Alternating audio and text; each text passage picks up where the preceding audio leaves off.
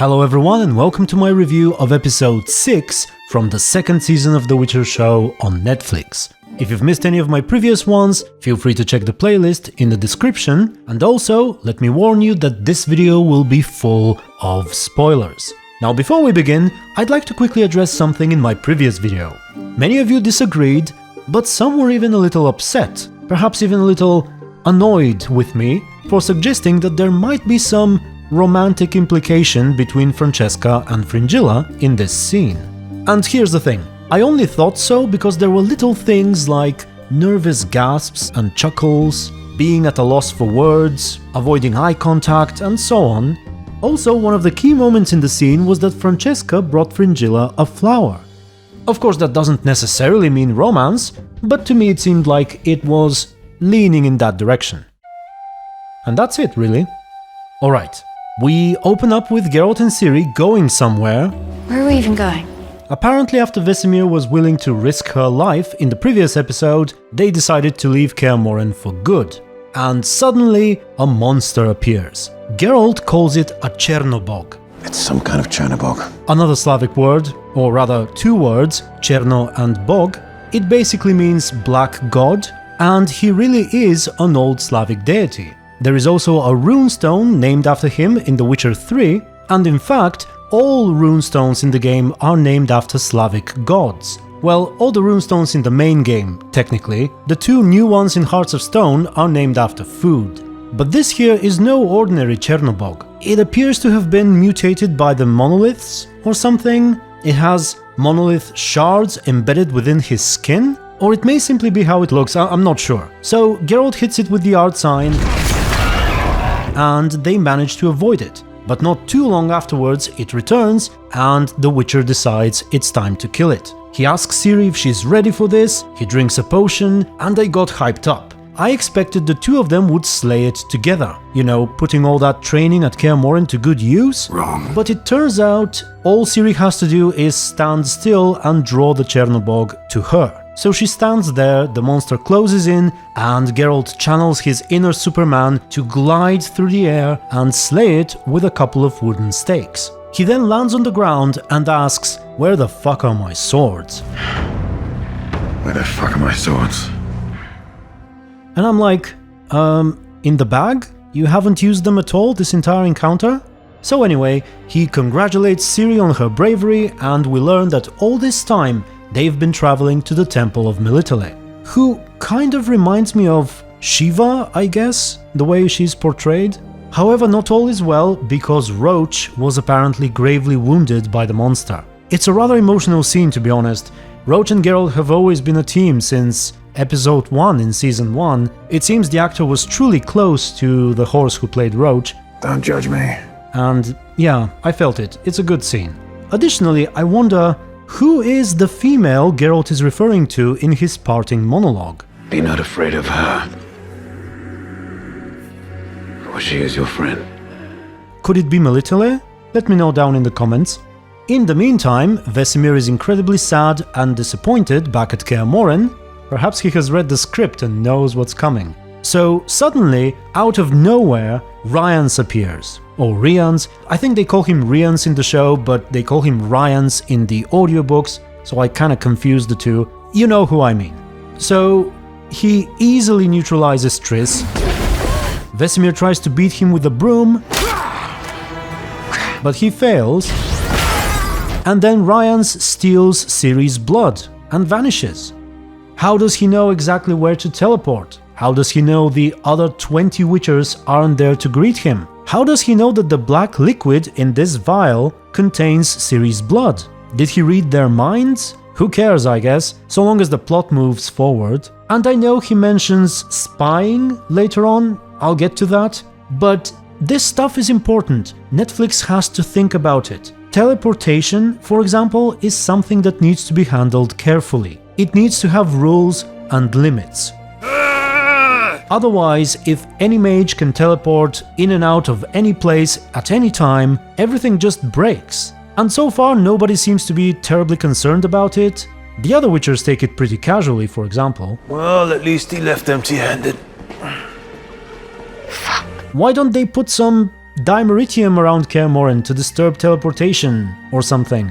You'd think they would have taken some measures after a group of mages literally brought the place to ruin, but I guess Vesemir hasn't watched his own anime. These events of the last 2 episodes felt so tacked on. Just think of the amount of stars that need to align for everything to occur naturally the way it did.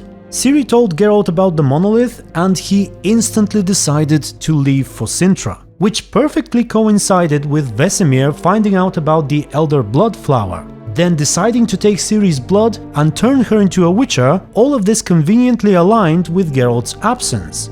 But he came back right before the needle touched Ciri's hand to stop everything and immediately take her away without saying a word. Then, a moment later, while Vesemir is still fondling Ciri's blood, but also while Geralt is not there to help, Rience suddenly shows up and somehow he knows not only that this is in fact Ciri's blood, but also to appear at the exact moment when Vesemir mentions Neneke so that he will know where Geralt and Ciri are going.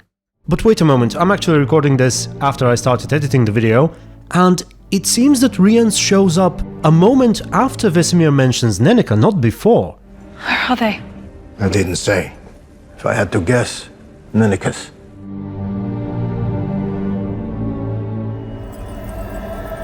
What's wrong? Vesemir. Someone What is it? is here. What's happened? I was under the impression that it was before, because how else would he know where Geralt is? But somehow he does. Unless Vesemir's medallion is just old and lagging. But anyway, back to my original recording. Every event in this chain is so convenient that if one thing were to change slightly, the whole structure falls apart. Okay, we'll get back to Rience later. Let's see what else is happening to Geralt and Ciri first. So they are at the temple, and here we have another change to the Witcher lore, this time that apparently young Witchers come here to this temple in order to learn how to cast signs. The graduates of the temple school are known to become midwives, historians, healers. And witches. It's where witches learn to do signs. This isn't in the books, and despite the many young Witchers and the heavy usage of signs in the Vesemir anime, it isn't mentioned there either, so I think it's something they just came up with for Season 2. However, it's not nearly as game-changing as the Elder Blood thing from the previous episode, so I'm fine with it really. Besides, I'm pretty sure why they did it. It is basically to give Geralt more of a connection to this place. Originally, in the events of Season 1, he was supposed to be here, but those parts of the story were removed from the show, and so was Mother Neneke, with whom Geralt had a rather charming relationship. She is here now, but she just feels like a random character at this point. There's no real connection between her and Geralt. She has a few exchanges with him and Ciri, but most of it is just general stuff. I don't see any side upon which you are not entirely fucked. Also, Jarre makes an appearance. This is Jarre. I think he ends up dying soon after though. Die. Or was he only badly wounded? The most he did was taking Ciri to this big magical ball and chain, which later turns out to be a bit of a Deus Ex Machina device as well. What does it do exactly? I'm not sure. I don't want to brag, but my tool is bigger. But what's more important than Jarre is that Yennefer shows up. Fuck. And we finally have a reunion between her and Geralt. Now I must say, I'm not feeling lots of chemistry between them. It could be because I genuinely don't like what they're doing with Yennefer's character in this season. This firefucker was after him, a mage, I don't know who he was. If anything, I felt like she had a bit more chemistry with Kaer in the early episodes. And speaking of episodes, this one is called Dear Friend. However, Netflix removed the Dear Friend letters, and now the phrase is basically a reference to something that isn't there. This is my dear friend. Dear friend. I actually speculated at least a couple of times in my trailer reactions before Season 2 that based on what we're seeing, they will likely not include the Dear Friend letters. And some people said, but there's an episode with that name, surely it's going to be in the show. However, as we can see, it's not. For those of you who don't know, Dear Friend refers to a couple of letters which Geralt and Yennefer exchange in the books before he takes Ciri to the temple. Geralt sends the first one, and he opens up by addressing Yennefer as Dear Friend. And then her entire response is basically roasting Geralt for choosing to call her that. And it's great. It's just a letter, but it's one of my favorite parts of the book. It is Yennefer Personality 101. If you wonder what she's like, read her letter. And if I'm not mistaken, it does not have a single swear word in it. Speaking of swear words, we're back to Yennefer in the show. We may not have the letters, but at least we have the unicorn reference. You really expect me to believe that unicorns exist? Of course they do. I used to own a stuffed one until it broke. Under mysterious circumstances. Which might remain a mystery for people who are unfamiliar with the lore, but who doesn't know about Yennefer and her unicorns? My oh my. But anyway, it's not all fun and games. She's clearly hiding her true agenda involving Ciri, and Geralt suspects something, but he doesn't really push further, and ultimately it remains a secret until the very end, where Rience shows up again, this time with some backup. And he mentions that after the incident at Oxenfurt, he undertook a spy mission on Kaer Morhen, or something along those lines. Well, if I'd known to follow you from Oxenfurt, it would have saved me a spy mission to Kaer Morhen. Nice scars, shithead. Firefucker. We don't know any specifics. I guess he would occasionally teleport and turn invisible or something. I don't know. But somehow he did an excellent bit of spying because he knew exactly where and when to go and what to do. It would have been nice if they had shown something, anything, which indicates that he was spying on the Witchers, but no. I've actually heard one or two comments theorizing that Vilgefortz has a spy in Kaer Morhen who feeds Rience information. But there are several problems with this. First off, he is looking to extract information from Dandelion about Ciri a fair amount of time after she arrives at Kaer Morhen. So if one of the Witchers, for example, was a spy, why would he bother with Dandelion at all? And also, with the kind of information he seems to possess, the only plausible spy would have to be either Triss or Vesemir. So anyway, they fight, Geralt kills Rience's henchman, Ciri finally manages to use her magic ball, which gives her the power to open a portal, I think, and conveniently remove herself and Yennefer from the picture. Yen. Stop. I wish I could.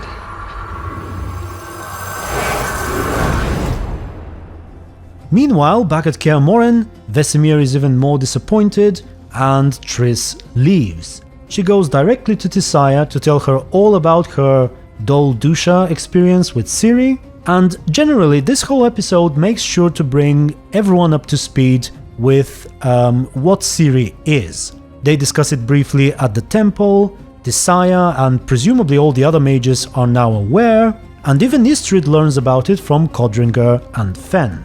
And speaking of them, let's talk about that for a moment. But this is Fen. I'm Fen. The cat's Esmeralda. So he visits the odd couple to learn more about Cintrian genealogy and all that stuff. Fen, by the way, was a man in the books, but I suppose it works just as well in this case, so I don't really have a problem with it. Now, there is a rather big change and a revelation here about Lara Dorren. It would appear that on Netflix, Elder Blood was something the elves created, a kind of weapon to fight the humans with. It's not entirely clear yet, but essentially, it seems that Lara Dorren was a genetically engineered super soldier, essentially.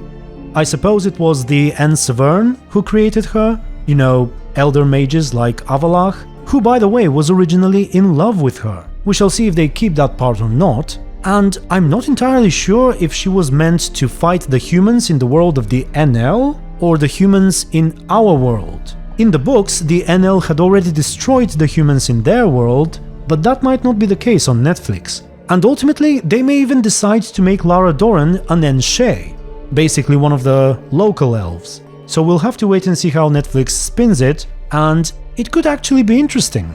I think they're trying to portray her as a martyr of sorts, meant to destroy the humans but instead dying in an attempt to make peace with them, and perhaps Ciri's journey will take a similar turn. In fact, I've already heard a few speculations about Ciri falling in love with Dara eventually, or that at least he will play a major part in her story, such as being one of the members of the Rats or something, which, to tell you the truth, might be what they're planning to do. I mean, I'm not sure about the love story, but there might be some truth to that. We'll have to wait for next season to find out. There's also more talk about Calanthe hiding all this information from the world and hating the elves. I already talked about this in the previous episode, but basically I think they only came up with this in season 2. In the first one, she knew about the powers of her daughter and granddaughter, but really all she talked about was destiny and the burdens of being a female ruler. There was nothing to indicate that she was actually aware of Lara Dorren and her origin, and least of all that she was keeping all of this a secret. And yes, she did fight the elves, but I wouldn't say that she hated them so adamantly, and especially because she herself was part elf. Okay, I mentioned Dara, so we should talk about the Cintrian plot. There is this tension growing between Fringilla and Kaer. On one hand, because she seems too focused on helping the elves, ignoring Emir's primary mission, which is to find Ciri, and on the other hand, because she is increasingly seen as the true face of Nilfgaard, which undermines Kaer's authority and potentially even Emir's. We will actually learn more about the Emperor's feelings for this whole alliance with the elves in the following episodes. But back to Dara, he carries on his mission to spy on behalf of Philippa Eilhart, and he even seems to have taken my advice to switch to a more incognito hairstyle, and also he has a scene which I really liked. He is sparring with Kaer, and the Nilfgaardian accuses him of fighting like a fairy, which Filavandro claims is impossible since humans killed all the fairies. You fight like fairies! Impossible! Your kind killed them all. Now that might sound silly, and I don't much care about the obvious part where humans apparently destroy all nice things, but what I actually like is the acknowledgement that fairies existed in the world. I think it very much fits the nature of The Witcher. Since if you think about it, at its roots, The Witcher is a twist on fairy tales. The initial books have stories of knights and golden dragons, of genies with wishes, Little Mermaids, Beauty and the Beast, true love breaking spells and whatnot. It reminded me of the first 2 books, which are likely my favorite, and I do recommend them very much. Next up, Franceska tells Fringilla about how horrible her father was. Apparently, he nearly led the whole village in a crusade against her because she kept a flower fresh with magic. This flower was the last memory from her dead mother. I am not entirely sure what the point of this story is, to show that some elves hate magic, or that she had a difficult past, probably both, which is fine I suppose, it just felt a little heavy-handed the way it was presented. For a moment I thought they were trying to make a reference to the Rose of Remembrance. Elves possess a sensitivity humans can't ever hope to acquire. Then later, Franceska finally gives birth, and it seems like throughout these events, Fringilla is slowly turning good, for lack of a better word. I actually speculated before this season came out that Netflix will likely use the time she spends with the elves to turn away from the dark side, so to speak. And my predictions may be coming true. A new elf was born this night.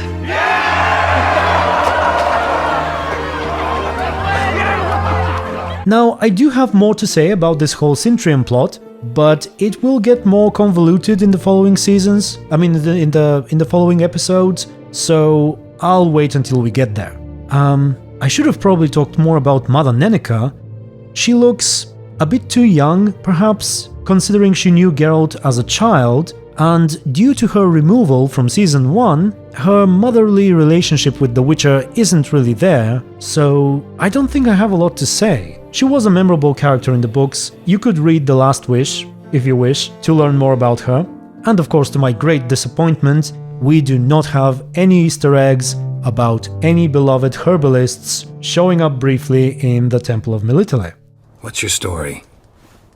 A sad one. Do you know the Temple of Melitele in Alanda? Do I know it? Can't remember how many times I've been there, how many times Mother Neneke stitched me up. We must have missed each other. I started to become a healer under Mother Neneke.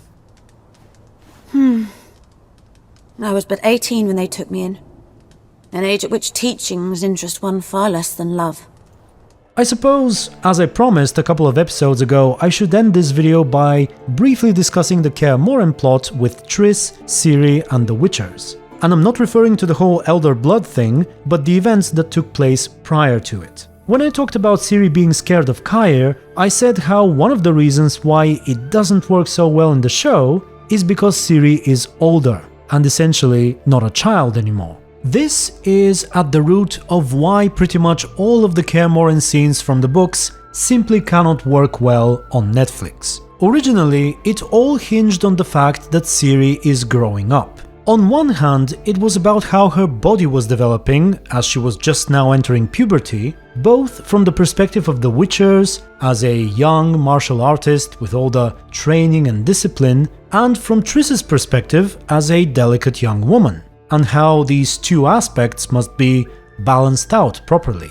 And on the other hand, there was the intellectual growth, I suppose, reflected in her studies with Triss and in learning about how the world works, what people fight for, what the price of neutrality is, which the Witchers are so adamant to preserve. I'm not sure if I make any sense, to be honest. I'm having a difficult time explaining it properly.